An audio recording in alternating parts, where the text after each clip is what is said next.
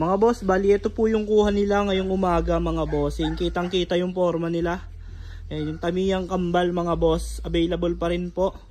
Ayan, naka-recaro seats. Distress yung tubo, naka-retractable na side mirror, kompleto yung mga gauge. Ayan, kung ano po yung nakasalpak dito sa kabila, ayun din po yung nakasalpak dito sa kabila mga boss.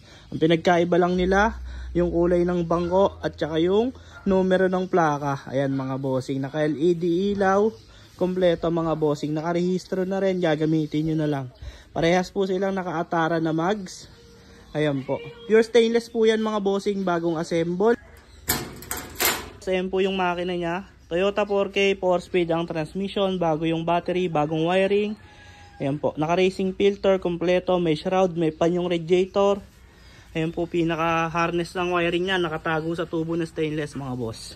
Ayan, kung ano po yung forma nito, ganun din po yung nandito sa kabila. Ayan, sa mga interesado po, mga bossing, tawag lang kayo sa number na nasa screen. Sa magtatanong po ng presyo, 330 to 360k ang presyo ng Tamiya dito mga boss. And sa naghahanap naman ng FPJ, meron din po dito, malapit nang matapos. Ayan po, size 18 po yung mags niyan, 5 stud, 4K engine din.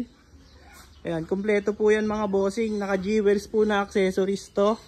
Ayan, kompleto po yan. Then dito naman mga bossing, meron din isang Tamiya. Sa ayaw ng sobrang lapad na bags mga boss, meron din po, patapos pa lang din po to. Ang kulang nito, yung kanyang bangko hindi pa nakakabit, pero Recaro din po yon mga boss. Then yung wiring niya isasalpak na lang, bali may mags na to, ay kakabit na lang din. Ayan, bagong pintura kasi yung under chassis, kaya hindi pa nakakabit yung bagong mags. Ayan, then meron pa po tayong isang Tamiya doon. Ayan, kung makikita ninyo, nasa garahe. Tapos na rin po yan mga bossing. Ayan, sa mga interesado mga boss, tawag lang kayo sa number na nasa screen. And ulitin ko, yung presyo nila mga bossing, 330 hanggang 360k. Ayun lamang po, maraming salamat sa inyong lahat.